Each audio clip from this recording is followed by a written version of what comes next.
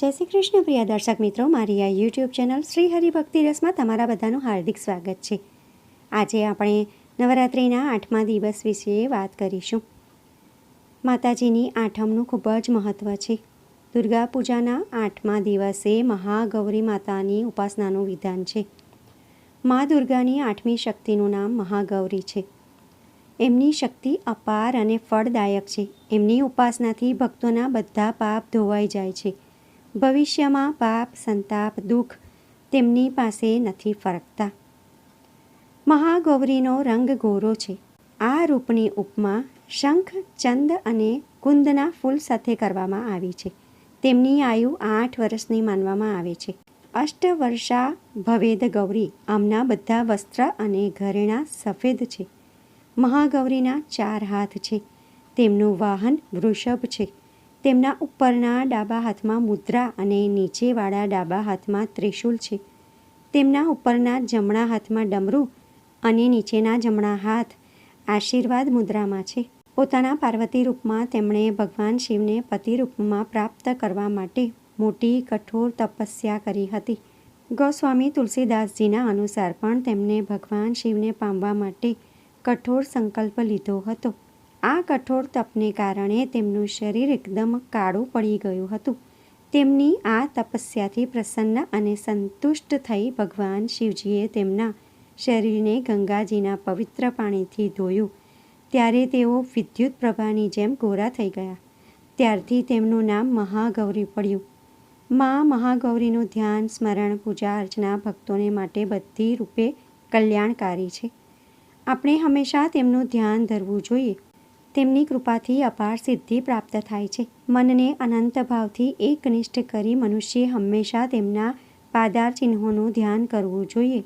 નવરાત્રિના 9 નોરતામાં સૌથી વિશેષ મહત્ત્વ અષ્ટમીનું છે. અષ્ટમીએ મા દુર્ગાના 8મા સ્વરૂપ આદિશક્તિ મહાગૌરીની પૂજા કરવામાં આવે છે. 8મા દિવસની પૂજા દેવીના રૂપને પ્રતિબિંબિત કરે છે.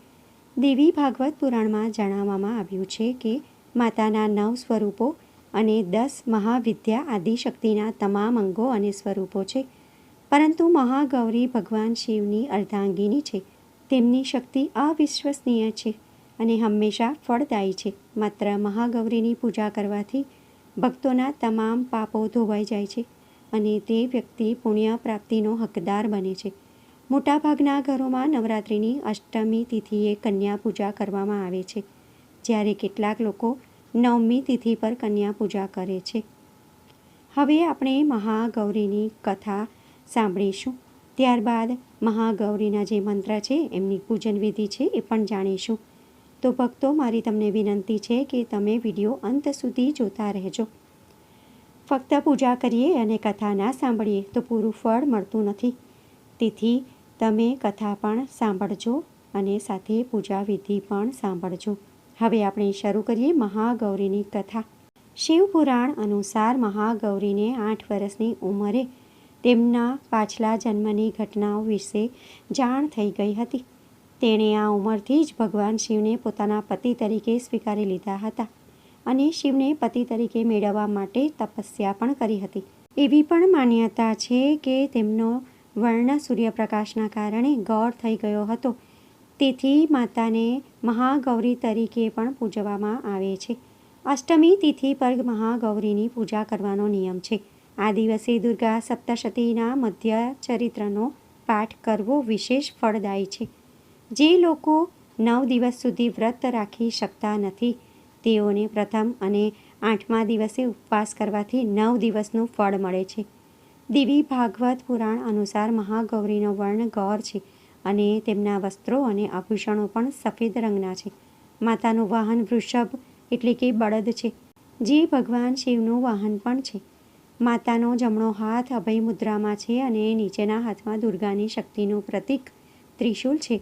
મહાગૌરીના ઉપરના હાથમાં શિવનું પ્રતીક ડમરું છે અને ડમરું ધારણ કરવાને કારણે માતાને શિવ તરીકે પણ ઓળખવામાં આવે છે. માતાનો નીચેનો હાથ સિંદૂરમાં છે. માતા શાંત મુદ્રામાં જોવા મળે છે. દેવીના આ સ્વરૂપને પ્રાર્થના કરતા દેવતાઓ અને ઋષિઓ કહે છે, સર્વમંગલ માંગલ્યે शिवे सर्वार्थसाधिके शरण्ये त्र्यम्बके गौरी नारायणी नमोऽस्तुते। श्वेते वृषे समरुद्धा श्वेताम्बरधरा शुचिः महागौरी शुभं दद्यां महादेव प्रमोददा। માં મહાગૌરી ધન અને વૈભવની અધિષ્ઠાત્રી દેવી છે. મહાગૌરી તેમના ભક્તો માટે અન્નપૂર્ણાનું સ્વરૂપ છે. તે સંપત્તિ, સમૃદ્ધિ, સુખ અને શાંતિની પ્રમુખ દેવી છે. લૌકિક સ્વરૂપમાં તેમનું રૂપ અત્યંત તેજસ્વી કોમળ છે. દેવી મહાગૌરી ગાયન અને સંગીતના શોખીન છે અને તે સફેદ વૃષભ એટલે કે બળદ ઉપર સવાર છે. આ દિવસે કન્યાની પૂજા કરવાનું વિધાન છે. કેટલાક લોકો નવમીના દિવસે પણ કન્યાની પૂજા કરે છે, પરંતુ અષ્ટમીના દિવસે કન્યાની પૂજા કરવી શ્રેષ્ઠ છે. જો કન્યાઓની સંખ્યા 9 હોય તો તે ખૂબ જ સારું છે, નહીં તો એકી સંખ્યામાં પૂજા થઈ શકે છે. અષ્ટમીના દિવસે નાળિયેર ચડાવવાની પરંપરા છે. ભોગ ચડાવ્યા પછી પ્રસાદના રૂપમાં નાળિયેર વહેંચવો. સાથે જે ભક્ત કન્યાનું પૂજન કરે છે તેને ખીર, પૂરી, શાક અને કાળા ચણાનો પ્રસાદ આપવો જોઈએ. હવે આપણે મહાગૌરીની પૂજા વિધિ વિશે જાણી લઈએ. અષ્ટમી તિથિ પર મહાગૌરીની પૂજા કરવાનો નિયમ અન્ય દિવસોની જેમ જ છે. એટલે કે નવરાત્રિના 7 દિવસોમાં તમે જે રીતે માતાજીની પૂજા કરી હોય તેવી જ રીતે અષ્ટમીની તિથિ પર પણ શાસ્ત્રીય વિધિથી પૂજા કરવામાં આવે છે. આ દિવસે સવારે બ્રહ્મ મુહૂર્તમાં તમારે ઉઠી અને સૌથી પહેલાં માતાજીની પૂજા કરવાની. લાકડાના બાજોઠ ઉપર લાલ કપડું પાથરીને મહાગૌરીની મૂર્તિ કે એમના ફોટાની સ્થાપના કરવાની. ત્યારબાદ ફૂલ, કંકુ, ચોખા ચડાવીને માતાની પૂજા કરવાની. માતાજીને શ્વેત પુષ્પો પસંદ છે, તેથી તમારે સફેદ પુષ્પો એમને અર્પણ કરવાના. ત્યારબાદ તમારે મહાગૌરીની આરતી કરવાની. જો તમને માતા મહાગૌરીની આરતી ન આવડતી હોય તો તમે મા આદ્યાશક્તિની આરતી પણ કરી શકો છો. ત્યારબાદ મહાગૌરીને ભોગ ધરાવવાનો. મહાગૌરીનો પ્રિય ભોગ નાળિયેર છે, તો તમારે આ દિવસે નાળિયેરનો પ્રસાદ ધરાવવાનો અથવા નાળિયેરમાંથી બનાવેલી કોઈ વાનગી અથવા નાળિયેરમાંથી બનાવેલી મીઠાઈનો પ્રસાદ પણ તમે ધરાવી શકો છો. ત્યારબાદ થાળ ગાવાનો, મંત્ર જાપ કરવાનો અને પ્રસાદ વહેંચવો. માતા મહાગૌરીનો ઉપાસના મંત્ર છે: શ્વેતે વૃષે સમારૂઢા શ્વેતાંબરધરા શુચિઃ મહાગૌરીમ શુભમ દધ્યાન મહાદેવ પ્રમોદયા. માતાજીનો સ્તુતિ મંત્ર છે: યા દેવી સર્વભૂતેષુ મા મહાગૌરી રૂપેણ સંસ્થિતા નમસ્તસ્યે નમસ્તસ્યે નમસ્તસ્યે નમો નમઃ. ત્રીજો મંત્ર છે ઓમ મહાગૌરીયે નમઃ.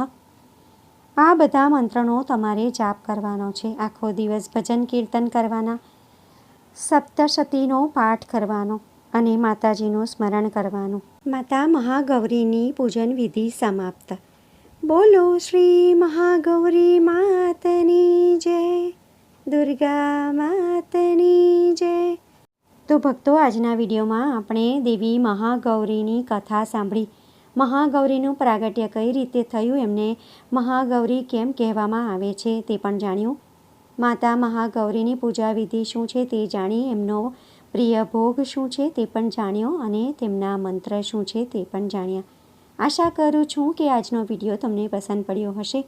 જો તમને વિડીયો પસંદ પડ્યો હોય તો મારા વિડીયોને લાઈક કરજો અને બીજા બધા લોકો સુધી વિડીયોનો પ્રચાર કરજો. કમેન્ટમાં જય મહાગૌરીમાં, જય દુર્ગામાં, જય અંબેમાં જરૂરથી લખજો. ચેનલ પર નવા હો તો શ્રી હરિભક્તિ રસને સબસ્ક્રાઈબ કરી લેજો. ફરી મળીશું નવા વિડીયો સાથે. ત્યાં સુધી બધા ભક્તોને મારા જય શ્રી કૃષ્ણ. જય અંબેમાં, જય ગૌરીમાં. વિડીયો જોવા માટે ધન્યવાદ.